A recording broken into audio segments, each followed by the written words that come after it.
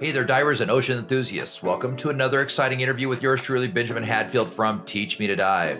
And today, I have the pleasure of chatting with the one and only Steve Rosenberg, award-winning underwater photographer and travel writer, and author of Rosenberg eBooks, Dive and Travel Guides. Now, before we dive into the interview, please subscribe and hit the bell for notifications so you don't miss any of our upcoming interviews. Plus, stick around until the end for a very special announcement that you won't want to miss. Now, as mentioned earlier, Steve has an impressive background in the diving industry, including creating and operating a successful scuba trade show and receiving numerous awards for his photography in international competitions. He is also the founder of Rosenberg eBooks, which produces interactive electronic books focusing on international scuba travel. To date, the company has published 4 comprehensive dive and travel guides and is working on new products in the Caribbean and Indo-Pacific. Again, my name is Benjamin Hadfield. I'm a technical diving instructor with Teach Me to Dive, connecting divers with quality instructors, dive shops, dive locations, and dive agencies for training. Now, without further ado, let's jump into the interview and learn more about Steve's experience and insights in the diving industry. Welcome, Steve. Thank you so much for joining me today. Thanks for the opportunity. I really appreciate it, Benjamin. Awesome. Steve, let's just jump right into the questions. What inspired you to be a photographer and a travel writer? Well, I guess it's a long process, but on my first certification dive in Monterey, I took along a 110 Instamatic Kodak camera that was probably about $20 for the camera, and threw it in a housing. And I was on my way out to the dive site pushing a dive float, and a sea otter climbed up on the raft and just demanded to have its picture taken. So I took this 110 camera, made some very creative pictures. They weren't necessarily aesthetically pleasing, but I did get some good results, close-ups of a sea otter, and from then it was just, there's no looking back. That was my first actually experience with a camera. But it was wow. Now, I hate to say it, but you're dating yourself a little bit when you say that you had a 110 camera. Okay, well, and then I went out and bought a Nikon 3. So that was the time frame. And those were great cameras, though. Absolutely great. I love the rangefinder. Did you ever have the issue of forgetting to take the lens cap off? On my wall of shame, or my award wall, I do have black lens cap awards, multiple. So the answer is absolutely. I call those Black Cat at Midnight. Yeah. That's what I was shooting. I was shooting a Black Cat at Midnight. Yeah. Unfortunately, some of those, the pictures that I took with the lens cap on were some of my best shots. They absolutely were. Those were the ones that would have won the international award and the Pulitzer, right? That's right. Absolutely. So how did you get started in diving? Well, my first dive, I was in Hawaii on a family vacation. I was a young teenager, and my sister's boyfriend said, "All right, we're going to get rid of a kid. Take my scuba tank. Here it is. Just get lost." And so I grabbed it, and I was gone for an hour. And it was absolutely incredible. I came from a swimming family. I actually swam competitively, played water polo, and so the water was second nature to me, and I absolutely loved that dive. I did not get certified until it was probably the mid-'70s. And at that time, I have certifications with probably all of the agencies, but at that time it was NAUI. And I remember we had a young drill sergeant instructor who had us doing ditch and dons in a pool where you take off all your gear, leave it at the bottom, and then she would go down and mess with the gear, and then we'd go back down and try to put it back together. It was lots of fun. But anyway, I did get certified in mid-'70s, went out, like I said, and got the Nikon 3, and just absolutely loved it. And I just kept taking pictures, and I got into underwater photography. I was leading lots of dive clubs, organizations in Northern California. And I just found that the underwater world was spectacular, and it was lots of fun, very addictive.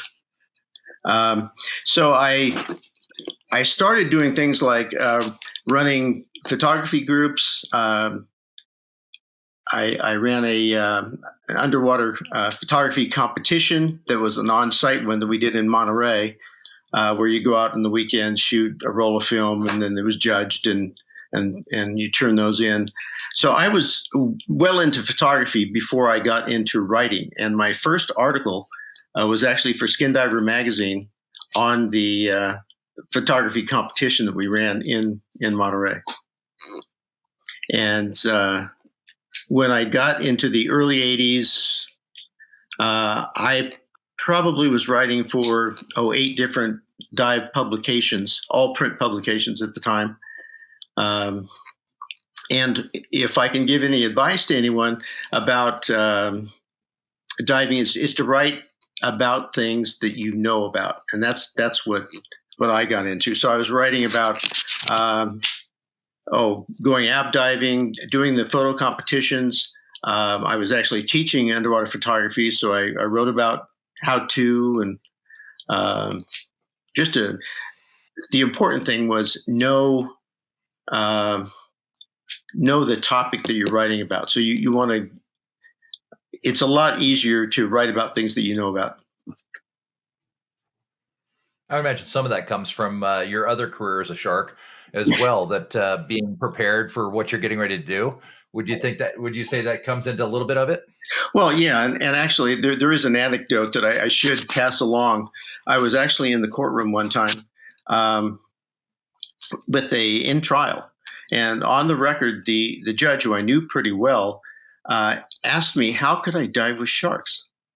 And I said, Your Honor, I find that the sharks underwater are civil, and you know where they're coming from. And it was pretty easy to interact with them, unlike the ones in the courtroom. So this, and that comment was actually on the record. But so I did have the dual career of sharks in the courtroom and sharks in the water.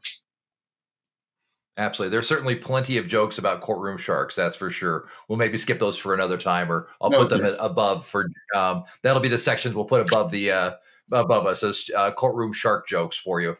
So, well, what sets Rosenberg e-dive books and travel guides apart from other travel guides on the market currently? Well,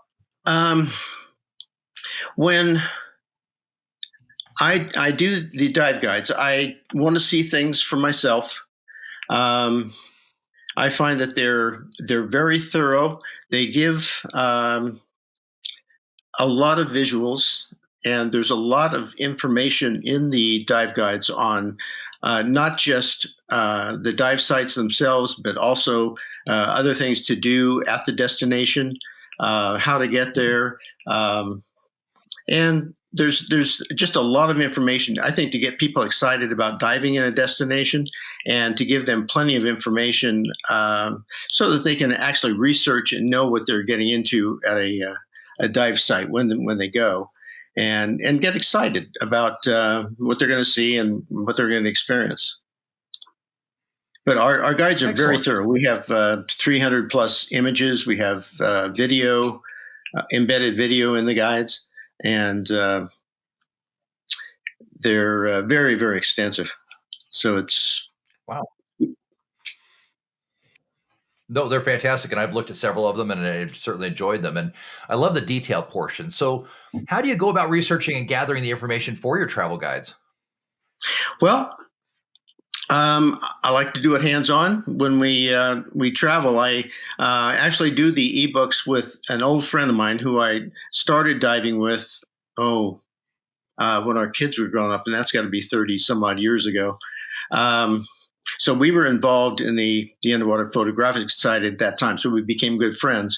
But we travel together. We like to go to a destination, just kind of feel our way around, find out as much as we can initially about the destination, getting there, and then I talk to the experts, who are the dive guides who are in the water all the time. And when I like to go out with them, look at the sites myself, experience them, so that everything in the guide I have seen, and I can verify that when people read the guides and find out about the sites and the information, that they can count on it being accurate. Because there's a lot of information out there that's exaggeration, hype, etc. But I think our guides are very, very accurate. Now, how in depth do you go in your dive guides for our viewers? Do you talk about the shore diving, how to get into the shore dives, what time to go in terms of tide and whatnot? We do. Well, let's see. We get into all of the information about how deep they are, what they're going to see, the configuration of the reef at the site, a lot of the marine life, tips on shooting underwater photography or video, and it's a kind of a run through of the dive for each individual site. So the diver who uses the guide knows what they're going to get into, to the extent that well, maybe this dive I better take macro, or be looking for small subject if they're not photographers. But I was going to say that the big thing for me is that it's like talking to a friend or family member. I want to give them as much information as possible, and make that destination familiar to them, so that they can take it with them on their device, and literally before they jump in on a dive, they can read it. So it's like an extra briefing with extra details, more than the dive masters will go into just before you jump in. That's wonderful. Absolutely. And I know that that's something that some of us strive to find. I think there's a lot of divers out there that think the only way to go diving is to fly to Hawaii and go to a dive boat and do a dive boat. But there's so many more dives available to them that they just don't know about it.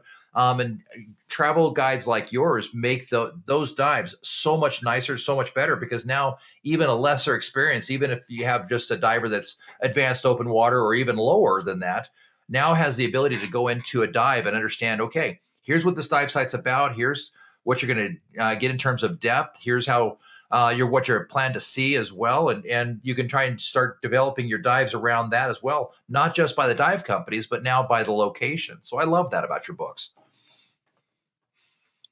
Yeah, and not only that, but it does add a lot of what to do when you're not diving, with the other family members that are with you, what they can do.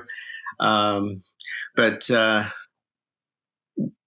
for the last, I guess, almost 30 years, my daughter and I have been going somewhere every year. So I think diving for me is so much like family. So I like to. It's like I'm sharing with her what information I think my daughter or my friends are going to need for diving in an area, generally in a destination or in a specific site. That's amazing. Thank you so much for sharing that. Now, how do you balance the technical aspects of diving with the creative aspects of photography? Well, I think the best information I can give about becoming a good underwater photographer is becoming a good diver, because you really want to know neutral buoyancy. You want to know, you want to be a good enough diver so that you don't have to think about surviving while you're trying to focus and being creative on with your camera or your video camera. So the important thing is becoming as good a diver as you can. That's absolutely primary to becoming a good photographer. So staying alive while diving and to take the pictures is reasonably important then? I think that's probably a good idea. I think so too. So perfect buoyancy, perfect trim, definitely a good idea as well. So after speaking with our friend Brian Carney from SDI TDI, his advice to new divers was learn to be a better photographer while diving. Now, past the perfect buoyancy portion that we talked about and having good trim and understanding the key aspects, what tips would you give to be a better photographer? Well, I think you definitely have to have good neutral buoyancy. That's absolutely paramount. In trying to take a picture, for example, you're going down a wall and looking for a pygmy seahorse, which is a very small subject that's in a Gorgonian sea fan hanging off the wall at 100 feet, and there's nothing to stand on. So if you don't have good buoyancy, there is no way you can even begin to find the critter, much less stay in one place and try to shoot it. But it's Fair enough. How about things like camera selection? If so, I'm a good diver. I've got good neutral buoyancy. I was smart enough to take a tech fundies from Teach Me to Dive, for example, and I've got that kind of figured out. So I'm ready to get into photography and pick my first camera. How do I do that? Well, I think certainly companies like Backscatter, who specialize not only in maintaining cameras, selling cameras, and marketing cameras, but they can give you a lot of background on the pluses and cons of different types of cameras. You can get a simple camera, something like a Olympus TG, one of the tough cameras that have terrific capabilities, or you can get a DSLR. But I think that the important thing is, for me, is to learn how a camera works. It's important if you want to be a good photographer. You need to know how to get the right exposure. So that requires f-stops, shutter speeds, and film speed or sensor speed, and determine the interaction of those things and how that affects exposures. Because I'm a very strong proponent that you need to get the best possible picture in the camera as possible, and it's not really the equipment. I think I'm more of an advocate of it's learning how to set up pictures, learning an eye, tips on how to take better pictures that are pleasing and dramatic. So, I could get into just some of the tips that I use for photography, but the important thing is that you know how a camera works, and it's not really the camera itself that's the most important thing. At this point, I started with Nikonis cameras, which are rangefinder and totally manual cameras back in the film days. And so I really adhere to going with the basics on shutter speeds and ISO or sensor time that the sensor takes to make an image, or it's just knowing how it works. I use a DSLR at this point. I was at some point dragged kicking and screaming into using a DSLR after years and years and years of using a rangefinder camera. But the mirrorless cameras are good.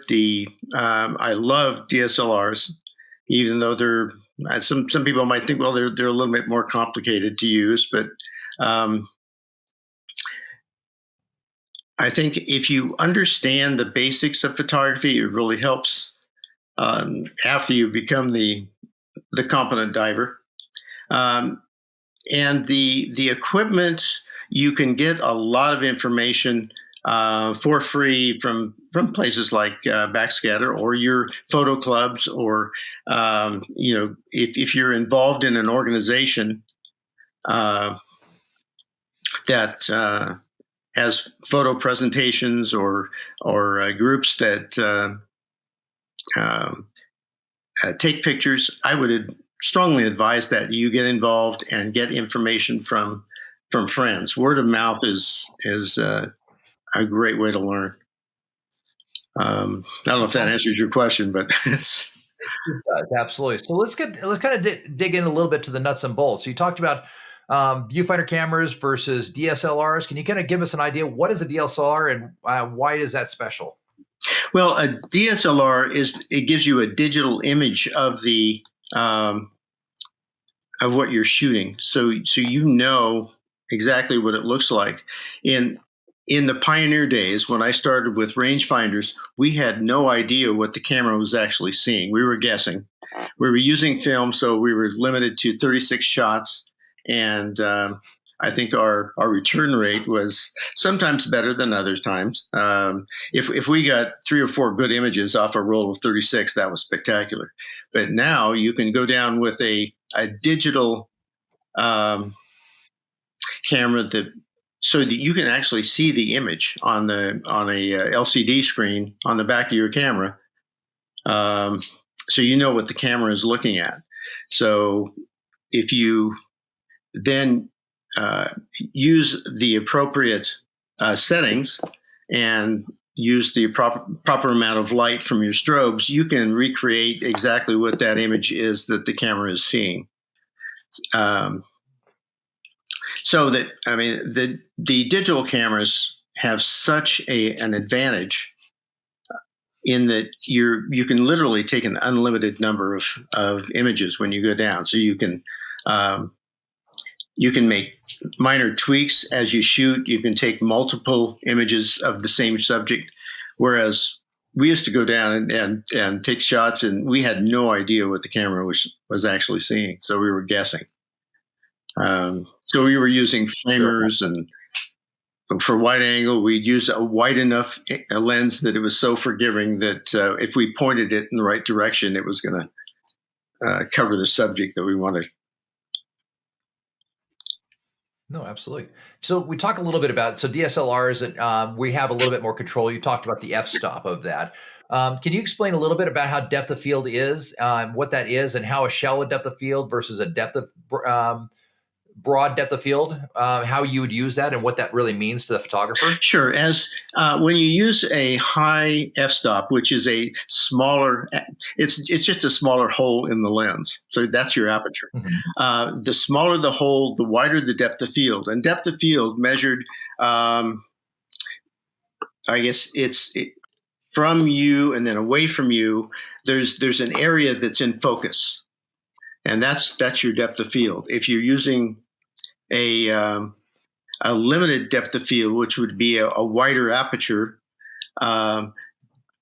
it's tougher to get everything in focus. So if you're using a really wide depth of field, for example, if you're using a wide angle lens that gives you a depth of field of several feet or even several yards, it's a lot easier to get the entire subject in focus. So if you're taking a picture of a whale, for example, and the depth of field is 30 feet, it's very easy to get the entire subject in focus. If you're taking macro shots where the depth of field becomes very critical, and it could be that the depth of field is like 1/8 of an inch or 1/4 of an inch wide, you want to make sure that you get the important parts of your subject in focus, like the eyes of a shrimp or the eyes of a fish. You want to make sure that the important things that people are going to be focusing on or looking at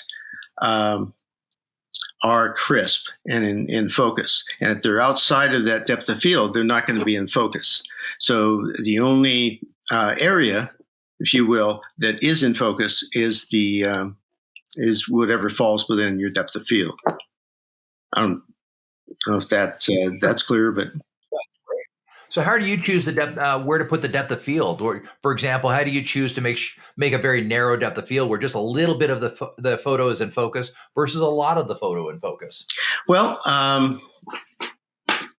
it's if you're close up, you can you certainly want well, let's go to your subject first. If you're taking a picture of a fish, you want to make sure that the important parts of that fish are in focus, and that could be the mouth, that could be the eyes, it could be the area from the tip of the nose to the eyes, and whether or not the rest of the fish is in focus is really not as important, because people are going to look at that picture and they're going to look at naturally look at the mouth and the teeth and the eyes to see if that part is in focus.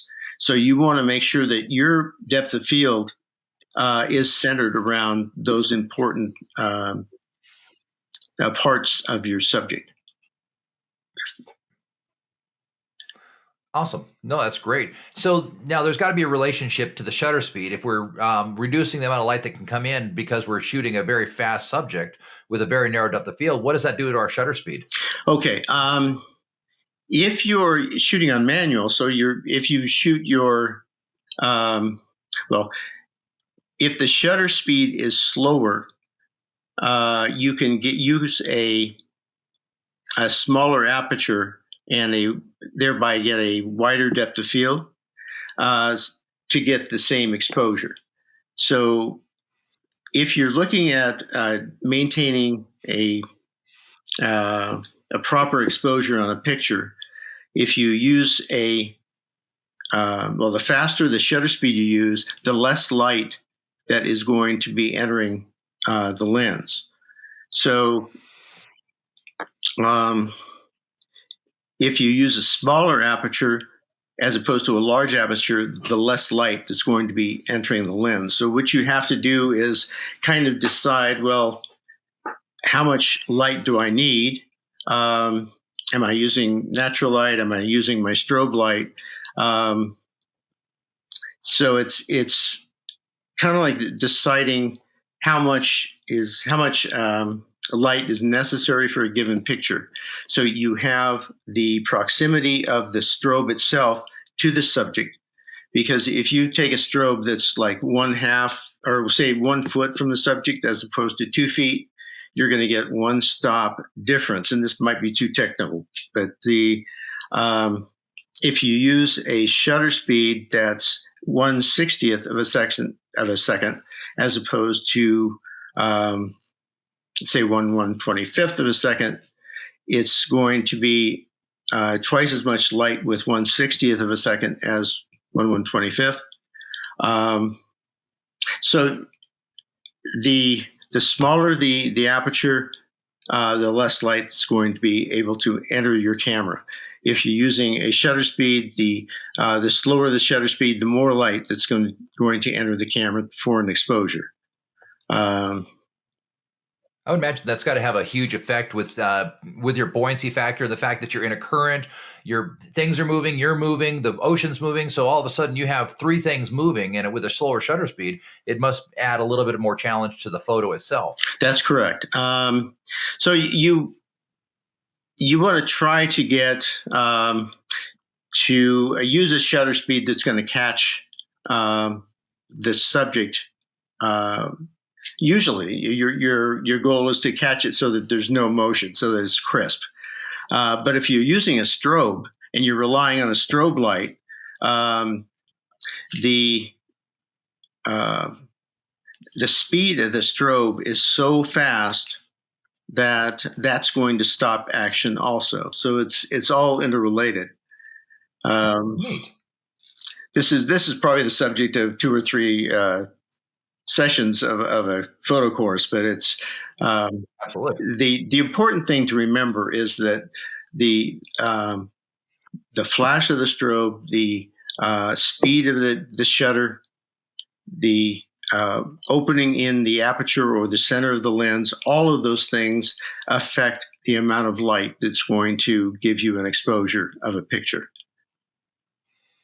So it's something that it's easy to take an hour or two to show the differences on how they interrelate, but they're all interrelated as far as getting the proper exposure of a picture. And let me segue to say that it is, in my mind, very important to get still to get the best possible picture out of your camera without trying to make the camera in your computer. It's certainly possible to improve shots by putting them through Photoshop or Aperture or any number of the programs that are available for. So have a good photo works is better than makes a better photo as it goes through photo processing? That sounds so odd. Yeah. Starting with a good product first? Wait, you're revolutionary here. Stop. Yeah.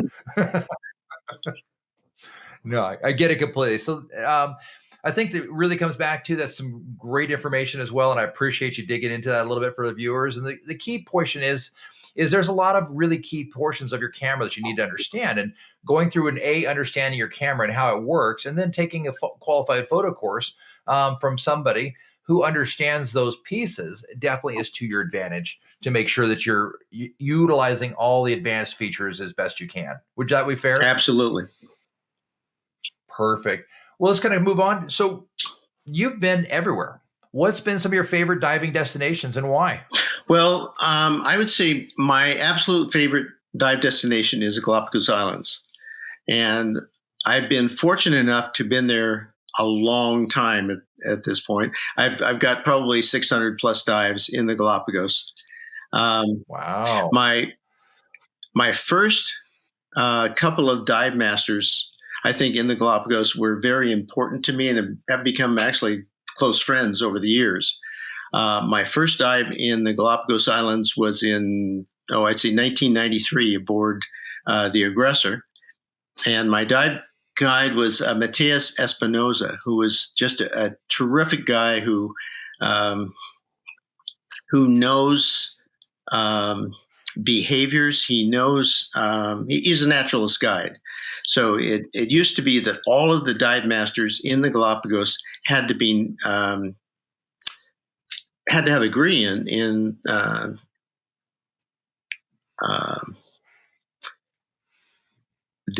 not only the above water but below water marine life and things that you're going to see in the Galapagos.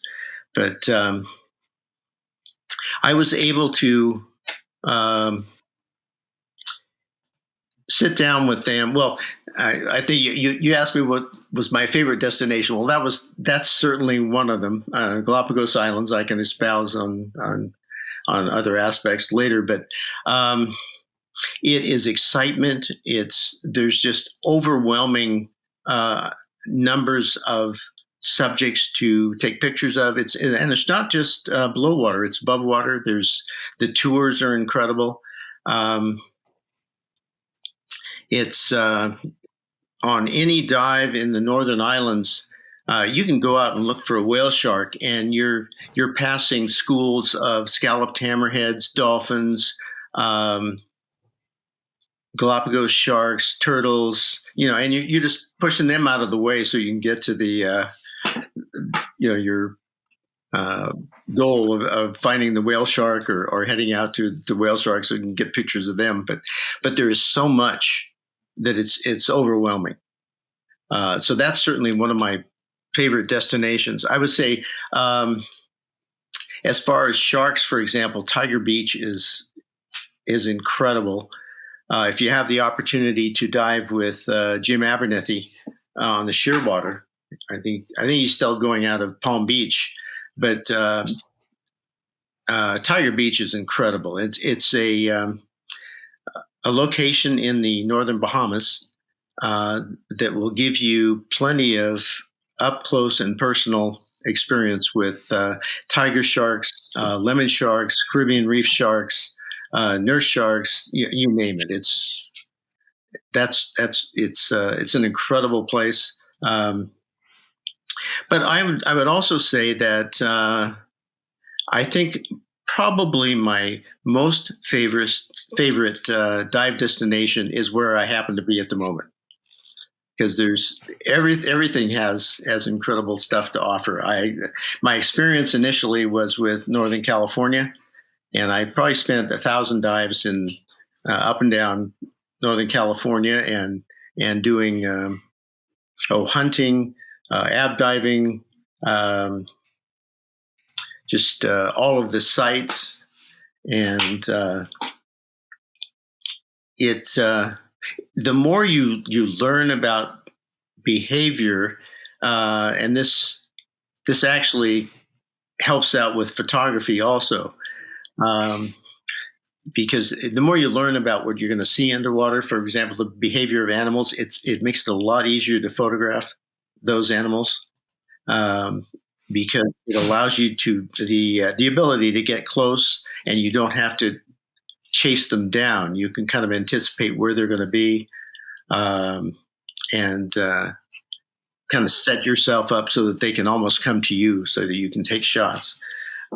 Kind of I'm segueing again, but so I would say a lot of it is where you are, and there's spectacular aspects of almost any destination. You mentioned Hawaii, that's great. The Philippines are incredible. The Palau is fantastic. Just absolutely love the 70 Islands and Shark Corner, and I mean there's aspects of any dive destination that make that dive destination worthwhile. Which also leads me back to, well, if you have a dive guide that you can take with you, it really makes the what you're going to see, it gives you a lot more information and makes it more worthwhile. Sure. A little planning goes a long way to figure out and make sure you're taking advantage of everything you want to see or could see here, there, and with a little surprise on it as well. So what was the most surprising thing you had during your travels? Most surprising thing during my travels? I think I have actually run into so many things that I had not anticipated when I go out and shoot. I've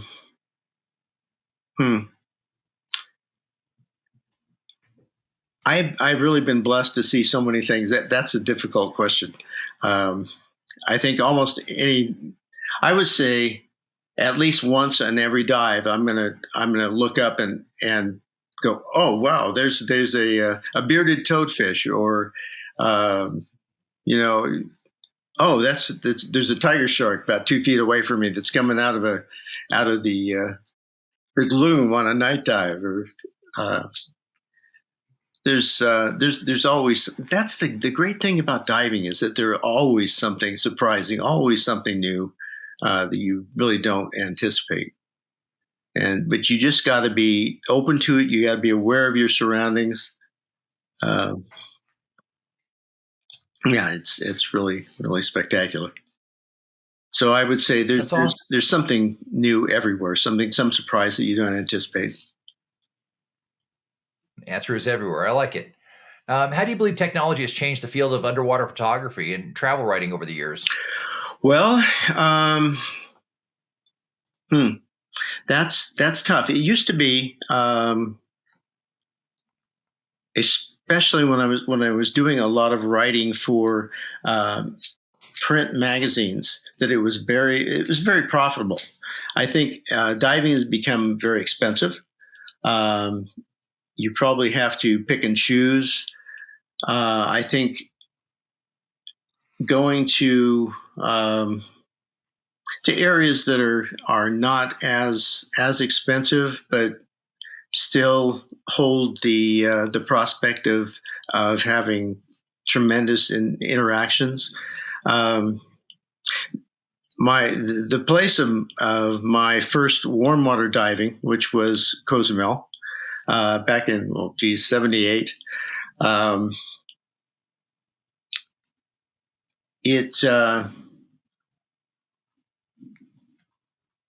And again, I'm segueing.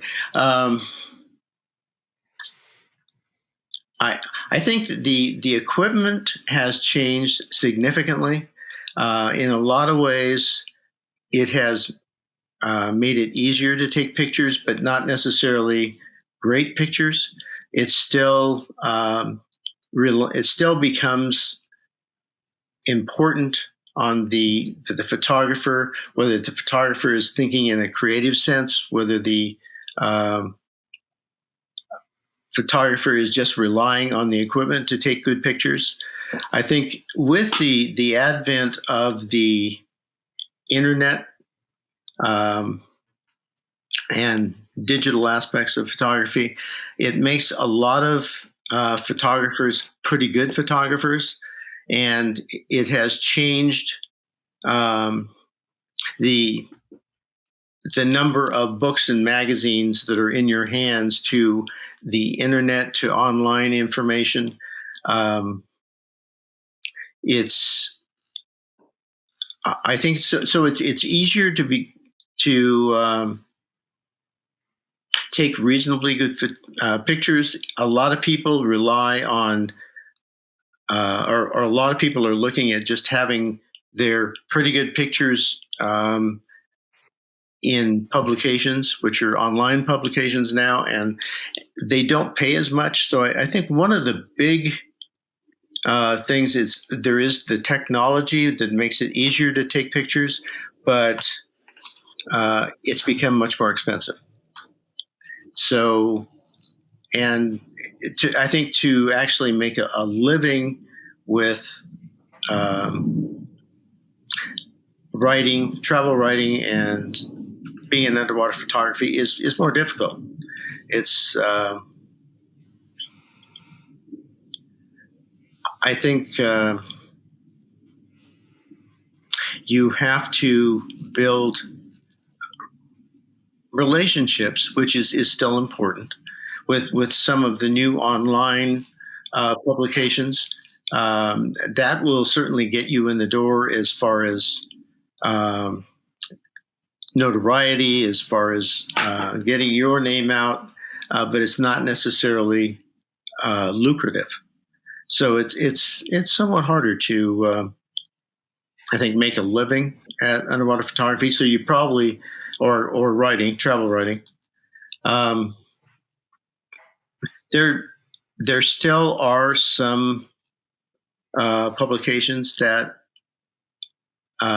pay pretty well and certainly will help photographers on going to destinations so that they write about those destinations.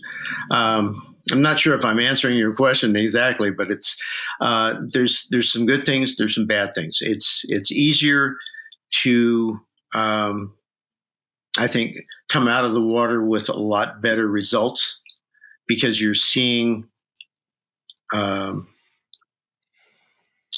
what the results are in the camera to a great extent, rather than waiting for the film to be processed. So you're actually seeing some of your results underwater. I think it's extremely important to, when you're starting out, to write about things that you know about. If you're an instructor, write about the experiences that you have in your SCUBA classes. You can it certainly lends itself to some levity as far as some of the things that instructors have seen. But the important thing is writing things that you know about. It's building relationships in the dive industry. And if I can give anybody advice as far as strengthening relationships with publishers and people who are in a position to help you out, is to give back so that they know that they can rely on you, is to work your tail off and just go the extra mile, see what you can do for them so that they'll count on you as a possible new writer, photographer for their niche. And speaking of niches, I think it's really important to build a kind of strengths in a particular niche. You can't write about everything and I think succeed.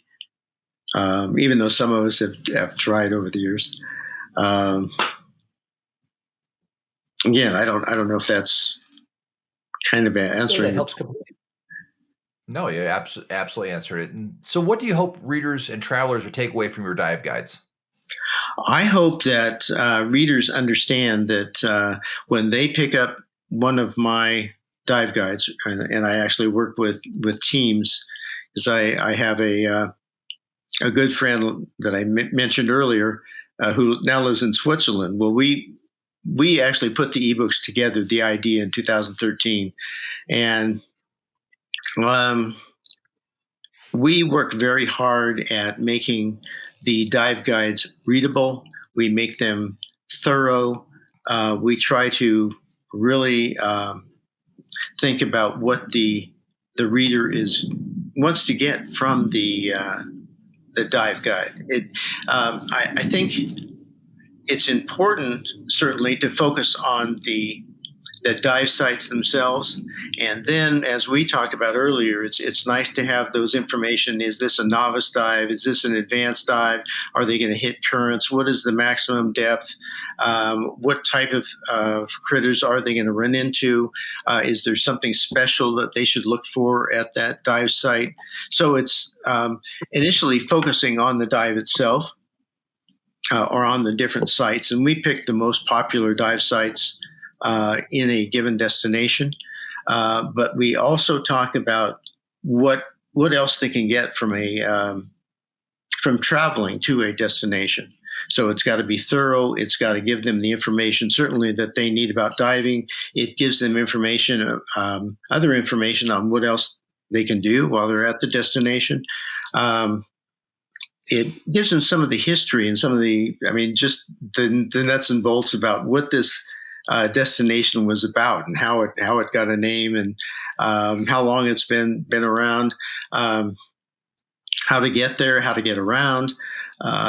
It's just to let the reader know that when they pick up one of our guides, it's going to be so thorough. They're going to get enough information to get them in, get the 110% value out of going to that destination.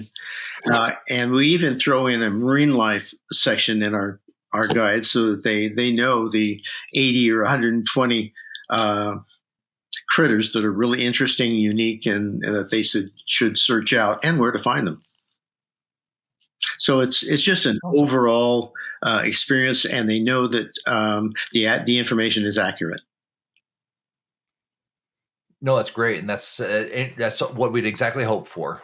So we're at that point. So what future projects do you have in the works, and what can we expect from Rosenberg eBooks in the future? Well, we're always looking for new destinations. I just finished a piece that will be in the summer issue of Alert Diver on Turks and Caicos. Next month, we'll be heading off to Tobago, where I've never been, but I've heard good things about. So I'll be doing a fall piece for Alert Diver on Tobago. In September, I'll be going back to the Cayman Islands.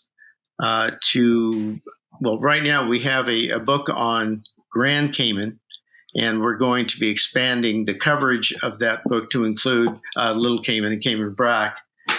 So we're going to spend some time doing that and updating the information that's in the guide already about Grand Cayman. And boy, the big problem that we've run into is this little 2-year hiatus that a lot of people took and a lot of destinations took. Without getting into the politics. So it's made a lot of changes.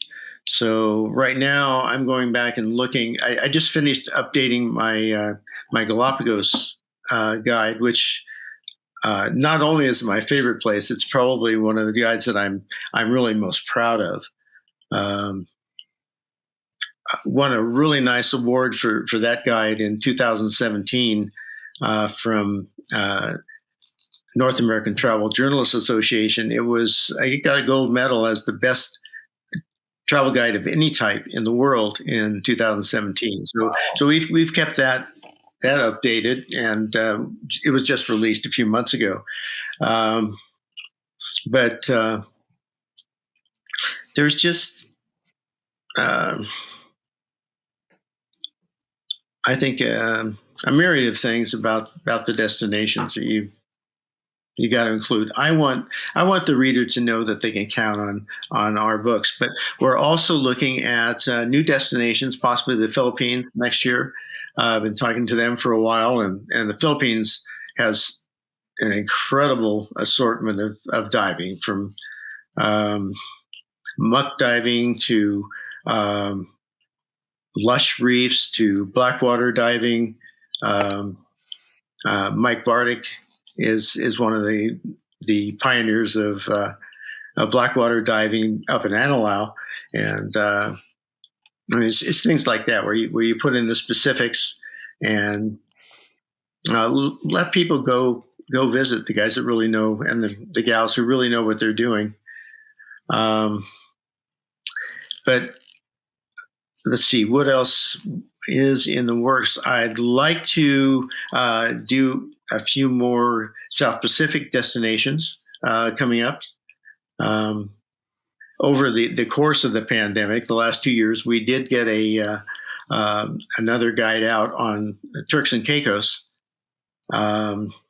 which was a lot of fun. It was a little arduous as far as getting the actual traveling in. But again, a very thorough guide, and that's that was a lot of fun putting together. And nice. Turks and Caicos are it's just a destination that's always been fun for me, because it was where my daughter was certified when she was 12, and I had a good friend who was the first captain and owner of the Galapagos aggressor in the Turks and Caicos. And it was like, I took her down there and he threw an Easter egg hunt for her at one of the sites. And she was just a tremendous friend. And I think something that you deal with training, I believe, and getting people that are getting into diving. And I think one of the really tremendous things about scuba diving is it's really for friends, developing friends, and interactions with family. It's a fantastic sport and activity where you can build lasting relationships. And I've been very blessed in having so many very good friends that I've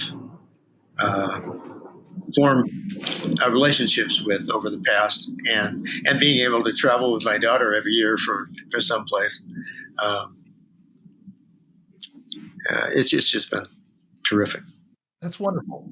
So you've got an offer for us today. You've got a free download, I understand. Can you tell us about that? Yes, absolutely. We have one of our ebook dive guides, Dive and Travel Cozumel, which is available from Amazon, iTunes, and Google Play. And you can either go to those sites right now, your followers, and get a free download of that dive guide, or you can go to our website, which is just www.divetravelguides.com. So www.divetravelguides.com. And there's links to get a free download of that book from all three of the main platforms. And that will be open during the month of May. So if they want to go get a copy and see what we're doing, we'd love to have them download a copy. Awesome. We'll make sure that happens. Well, Steve, thank you for taking the time with us today and in doing an in-depth interview, talking about all the things we talked about, how to take better pictures, where you've been and your favorite destinations. I did like the idea that my favorite destination or dive is the one I'm on right now. Absolutely. That's a common theme I've heard among divers, and I have to say it's mine too. There are a few, though, that I've been on that I wished it was a different dive, but it is what it is. I'd rather be bubbling bubbles than doing anything else. Absolutely. Well, Steve, thank you so much for your time. Great interview. Definitely want to make sure for everybody's watching and listening, make sure to go to divetravelguides.com, subscribe, and make sure to download his travel guide. Travel guide this month. So sweet deal. Steve, thank you again and have a wonderful day. Well, Benjamin, it's been a pleasure, and you too. God bless, man.